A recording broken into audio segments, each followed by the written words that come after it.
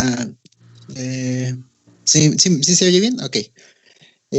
Bueno, pues primero quería, ocupar esta oportunidad para repasar un poco acerca, o sea, antes de pasar propiamente a modelos de Markov ocultos, repasar un poco acerca de los conceptos que se van a estar ocupando, en particular lo que son variables aleatorias y procesos aleatorios. Entonces, intuitivamente podemos pensar que una variable aleatoria es una variable cuyo resultado es incierto, ¿no? Intuitivamente son como resultados de experimentos que son distintos a pesar de que se tengan las mismas condiciones. Por ejemplo, en el ejemplo que vamos a ocupar, que son queremos identificar una proteína dependiendo de su secuencia de aminoácidos. El ejemplo podría ser que si X7 representa el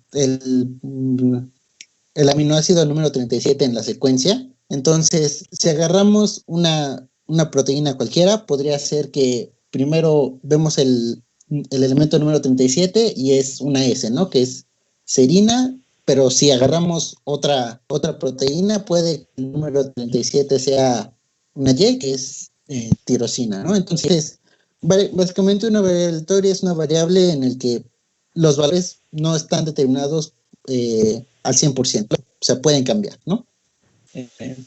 Pues, el siguiente, por favor.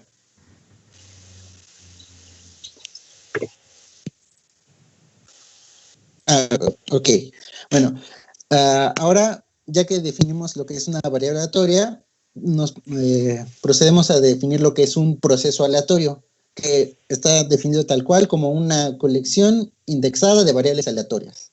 Básicamente tienes una colección de variables inciertas y las empiezas a enumerar y ese es tu proceso aleatorio, a veces llamado proceso estocástico, ¿no? Siguiendo con el ejemplo anterior, si tienes una cadena que es de longitud n, una proteína que tiene n aminoácidos y empiezas a enumerarlos, entonces X1 va a ser el primer aminoácido de la cadena, X2 el segundo, etcétera, etcétera, hasta el enésimo, ¿no? Entonces, individualmente cada uno de ellos son variables aleatorias, pero si tomamos en conjunto todo, eso va a ser nuestro proceso aleatorio, ¿no? Y dependiendo del experimento, vamos a tener diferentes realizaciones, ¿no? Si realizamos un experimento, puede ser que la cadena empiece con M, A, G, etcétera, etcétera, y termine en P. Y si realizamos otro experimento, puede ser que el proceso ahora diga D, I, R, etcétera, etcétera, etcétera, ¿no? O sea, básicamente, un proceso aleatorio está juntando toda la información que te dan tus variables aleatorias solitas para obtener una nueva variable aleatoria, pero en otro espacio. Pero por definición es una colección de variables aleatorias indexadas. Ahora, definimos lo que es un proceso aleatorio porque en estos procesos es donde podemos empezar a meter lo que son propiedades de estructura como la propiedad de Markov, que vamos a ver más adelante.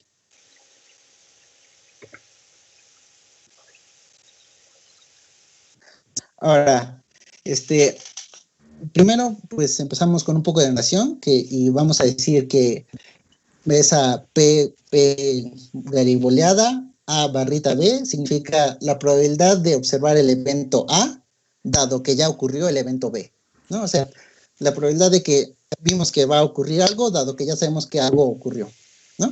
Eso es básicamente ese P A dado B, ¿no? Y vamos a decir que un proceso aleatorio X es un proceso de Markov si cumple lo siguiente. Si la probabilidad de observar el siguiente estado, que sea J, dado que ya conozco toda la historia, es lo mismo que la probabilidad de observar el siguiente evento J, dado que solo conozco lo que tengo ahorita. Esto básicamente nos dice que para conocer el futuro inmediato de la cadena no necesitamos conocer todo atrás, sino únicamente donde estamos parados, ¿no? Y vamos a denotar a esta probabilidad, esta igualdad, en uno como P I J N. Esto quiere decir la probabilidad de pasar de I a J, siendo que estamos en el tiempo N. ¿Ok? Siguiente, por favor.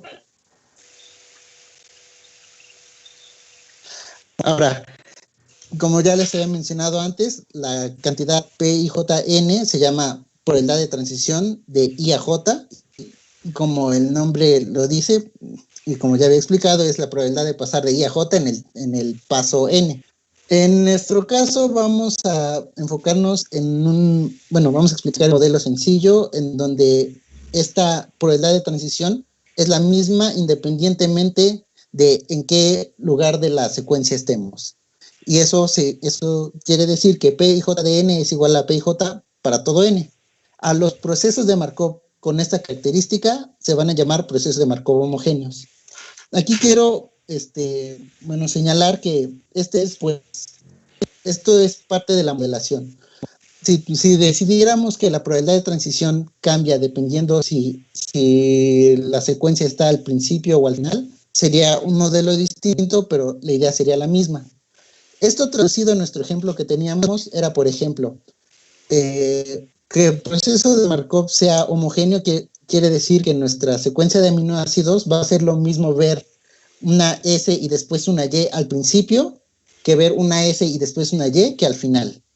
O por ejemplo, pasar de una R a una Q justo en medio que verla al principio o donde sea. Esto es más bien para simplicidad, para ahorita empezar a entender un poco la idea de proceso de Markov, pero sí quisiera señalar que esto se puede modificar para hacer el modelo un poco más robusto, pero a la vez más complicado.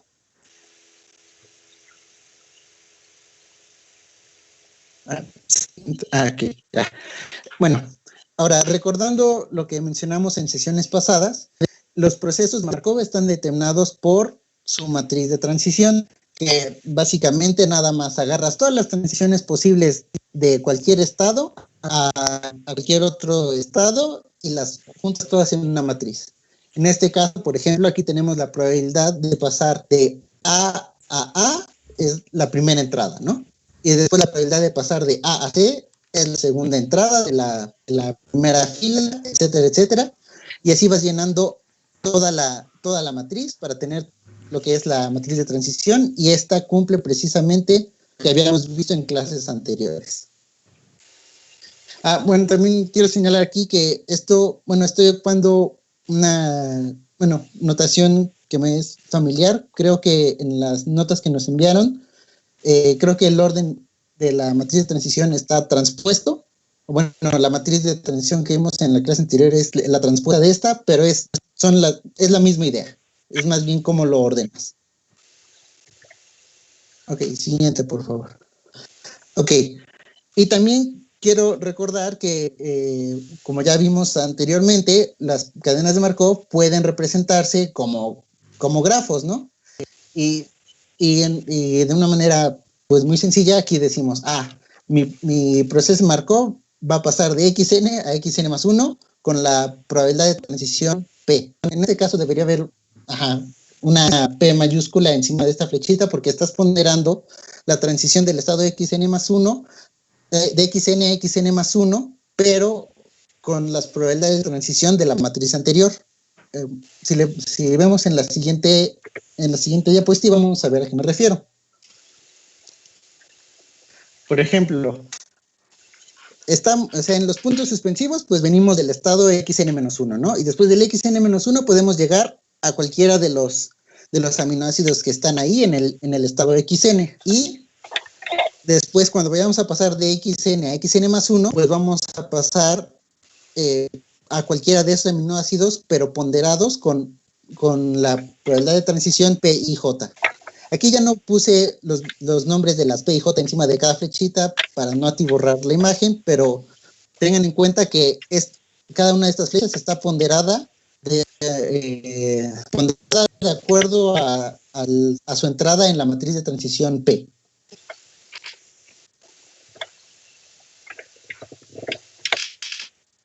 Ok, bueno, ya recordamos lo que es ahora un proceso, ya que sabemos más bien qué es un proceso de Markov, pues ahora queremos utilizar estos procesos para poder clasificar nuevas proteínas desconocidas que no sabemos en qué familia pertenecen, ¿no? Y para esto hay que tener pues ciertas consideraciones, ¿no? O sea, ciertos supuestos. El primer supuesto que se tiene es que las familias de proteínas están caracterizadas por ciertas regiones en las secuencias. Como ya lo mencionó Brian a lo largo de la primera parte de la presentación, hay diferentes sitios de reconocimiento que permiten identificar a la familia en su proteína, bueno, a la proteína en su familia o en su superfamilia, o etcétera, etcétera. Estos son los motivos, estos son los patrones que tenemos, etcétera, etcétera. Entonces, sí es posible identificar a una proteína debido a ciertas regiones que hay en la cadena, ¿no? Y ahora vamos a pasar al ejemplo que hemos estado ocupando, ¿no? Supongamos que la familia roja se identifica o sus sitios de reconocimiento está dado en los elementos 36 a 39 de la secuencia, mientras que la familia azul de los 31 a 34, ¿no? O sea, ese es el puesto, pensamos que, o bueno, suponemos que las familias están caracterizadas de esa manera. Bueno, aquí también hay que mencionar otro supuesto que se hace, es que podemos alinear las familias de proteínas para que sepamos exactamente cuál es el elemento 30, 31, etcétera, etcétera, etcétera, ¿no? Ahora, ya que pasamos ahora ya que sabemos que una proteína está caracterizada por los colores que tienen sus entradas, entonces sabemos que un elemento de la familia roja se va a ver de esa manera, ¿no? Todos los elementos que estén antes del 36 van a estar coloreados de negro, pero como está caracterizado por los elementos 36 a 39, entonces vamos a colorear de rojo esas variables aleatorias, ¿no? Y el resto lo vamos a dejar en negro. Mientras que una familia azul lo que hace es que colorea de azul los elementos 31 a 34, que es su sitio de reconocimiento, ¿no? Ese es como que el modelo de Markov correcto, ¿no? Tener tanto la secuencia de los aminoácidos como identificar los sitios de reconocimiento. El problema que tenemos es que en la práctica no podemos ver exactamente cuáles aminoácidos pertenecen a los sitios de reconocimiento. En cambio, lo único que podemos ver son cadenas en blanco y negro. Una manera de pensarlo es así, o sea, imagina que tienes que sacar copias a un libro y en el libro hay una gráfica y esa gráfica está identificada por varios colores. Entonces, como está en blanco y negro, no puedes saber qué línea pertenece a cada gráfica o cada color, pero puedes inferir que, por ejemplo, los colores más claritos podría ser un amarillo, o los colores más oscuros podría ser un morado, un café, etcétera, etcétera. Ese es como que la intuición que hay detrás de los modelos de Markov, que sabes que hay algo detrás, en este caso colores, pero tú no puedes verlos, no puedes identificarlos a primera vista. Y a partir de aquí ya es como que más claro lo que le interesan los modelos de Markov ocultos. Bueno, puedes poner la siguiente página, ¿ok? Pues sí, los modelos de Markov ocultos, básicamente lo que les interesa es cómo vas a colorear correctamente tu cadena. Esa es básicamente la idea. Tienes una cadena que no sabes dónde, bueno, tienes una secuencia de proteínas que no sabes dónde está la región de reconocimientos, tú quieres identificarla. ¿Cómo lo traducimos a algo más, un poco más abstracto? Pues tienes una secuencia que quieres colorearla. Y de aquí ya salen, pues varias cosas. O sea, el problema ahora ya es cómo coloreas correctamente tu proceso, ¿no? Siguiente. Ahora, para entender mejor este proceso de coloreado, vamos a ver este pequeño gráfico, ¿no? O sea, el proceso de coloreado es en sí el proceso oculto, porque no lo estás viendo. Pero, dado que tienes ciertas bases de datos, bases de datos ya curadas o ya tienes una idea de cómo se ve más o menos una familia de proteínas, entonces ya más o menos tienes una idea de que en estas regiones puede que sí esté ubicada el sitio de reconocimiento, en estos no, aquí hay ciertos motivos, aquí no, etcétera, etcétera. Y entonces lo que se hace es, vamos a definir nuestro proceso de coloreado de Markov como un proceso estocástico, pero nada más toma valores 0 o 1, que básicamente te dice, inicia la cadena, entonces vamos a ponerle 0 si ahorita todavía no está en el sitio de reconocimiento, ¿no? Entonces dejamos todo blanco y negro, ta. Pero después de cierto tiempo ya empezamos a colorear de cierto colorcito correspondiente a la familia, y después se vuelve a apagar y ya no coloreamos nada. Y después se vuelve a prender porque es otro sitio de reconocimiento y después ya no. Entonces, lo que te da tu base de datos que ya está curada es más o menos, te da una manera de estimar esas probabilidades de empezar a identificar correctamente tus aminoácidos en las zonas que les corresponde y a no hacerle tanto caso a los aminoácidos que sabes que no están en las zonas importantes. Y aquí sí lo vemos, es lo que me está diciendo, ¿no? O sea, empieza la cadena y después está en cero y empieza a trabajar como antes solía hacerlo, con la probabilidad de transición P, pero todos son colores negros, ¿no? Entonces, llega al número 36 y dice, bueno, okay, ya pasamos a una zona de identificación, empezamos a colorear todos los aminoácidos siguientes de color rojo, y después ya salimos de la zona y ya dejamos de colorear, etcétera, etcétera. Y nosotros en realidad no podemos ver todo este proceso real, entonces lo único que podemos ver es la cadena así, los aminoácidos que hayan salido. Y ya con esto, pues a partir de aquí ya es como donde empiezan a meterse lo que son los algoritmos de Viterbi, los algoritmos forward, porque son los que te dicen, bueno, mira, tengo esta cadena y tengo estas probabilidades de transición ya estimadas. Bueno, ¿cuál es la secuencia óptima o la secuencia más probable de estados 0 y 1 para meterles para asignarles a cada una de estas variables aleatorias? O sea, sí, cómo voy a colorear el proceso de manera óptima. Pues la siguiente. Que es básicamente lo que está diciendo, ¿no? Con esto podemos identificar de manera razonable a qué familia pertenece tu nueva secuencia, porque ya tienes o sea, tu secuencia óptima va a ser la que mayor probabilidad tenga de pertenecer a esa familia. Que esto es básicamente lo que nos enviaron en la tarea, ¿no? Que teníamos una secuencia y queríamos saber cuál era la secuencia más probable para esa cadena. Bueno, ya la encontramos. Eso quiere decir que ya sabemos qué color le pertenece a cada letra, cada base de esa cadena. Entonces ya sabemos cuál es la secuencia óptima y ya sabemos a qué familia pertenece, por ejemplo. En esta parte ahora vamos a checar un ejemplo de qué es lo que te arroja PFAM ya en acción. Y para eso vamos a tomar esta cadena de ejemplo que corresponde a una fosfolipasa, ¿sí? Que es básicamente una enzima que cataliza reacciones en los lípidos, que los rompe en las membranas celulares, y eso a su vez ayuda en el metabolismo de los órganos celulares. Bueno, tiene muchas cosas, ¿no? Entonces, lo que hace PFAM es que vamos a utilizar esta cadena como query, y le vamos a pedir que busque cuál es la familia a la que pertenece.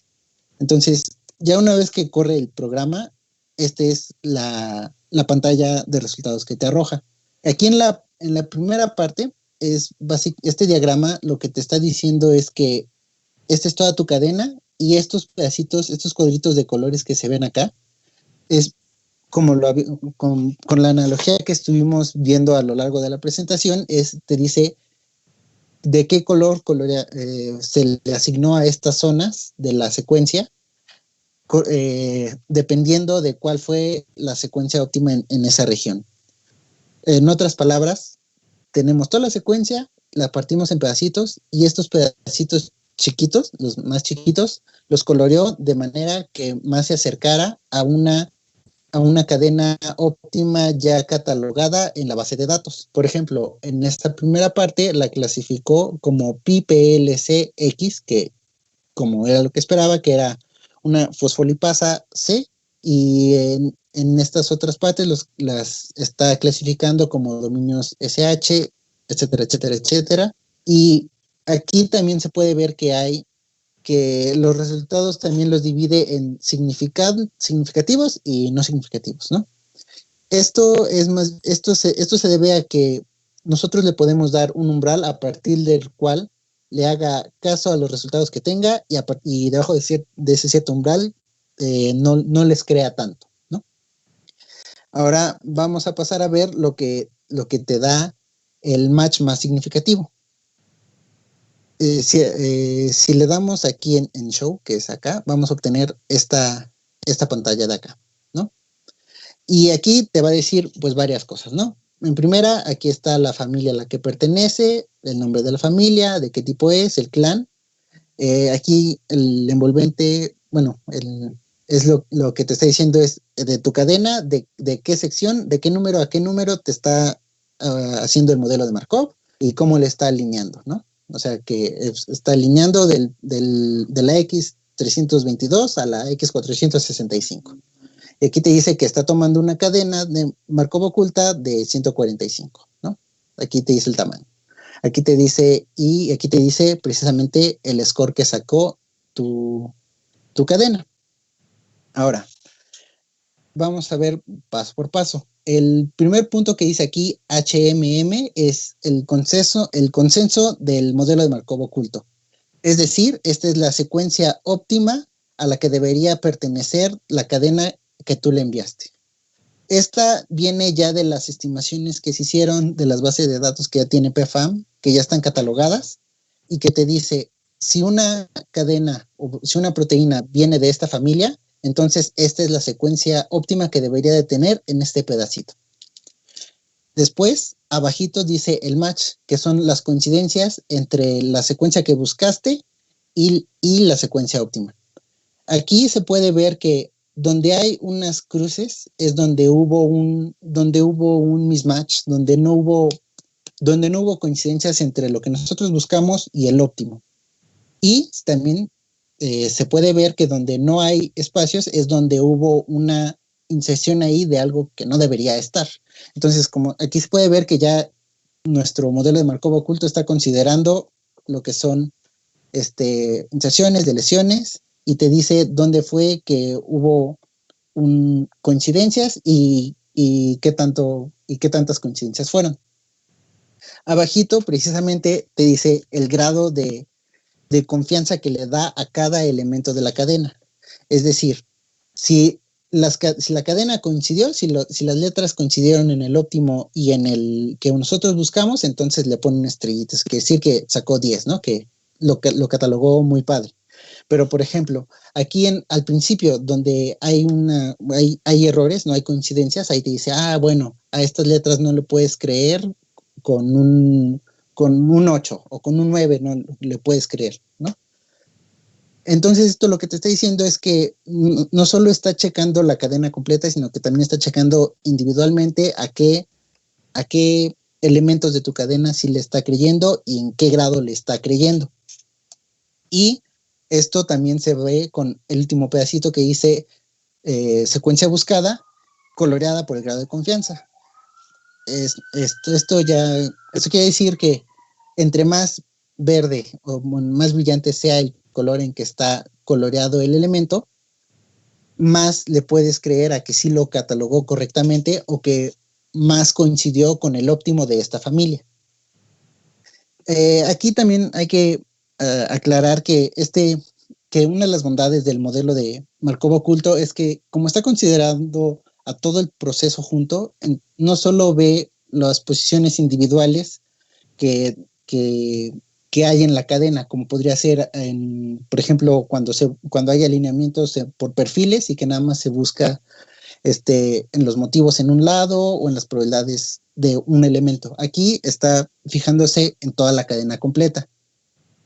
Y de hecho, lo que pueden hacer para ver que esto está ocurriendo es que pueden intentar agarrar y sustituir alguna sección de esta cadena de la que buscaron por otras letras.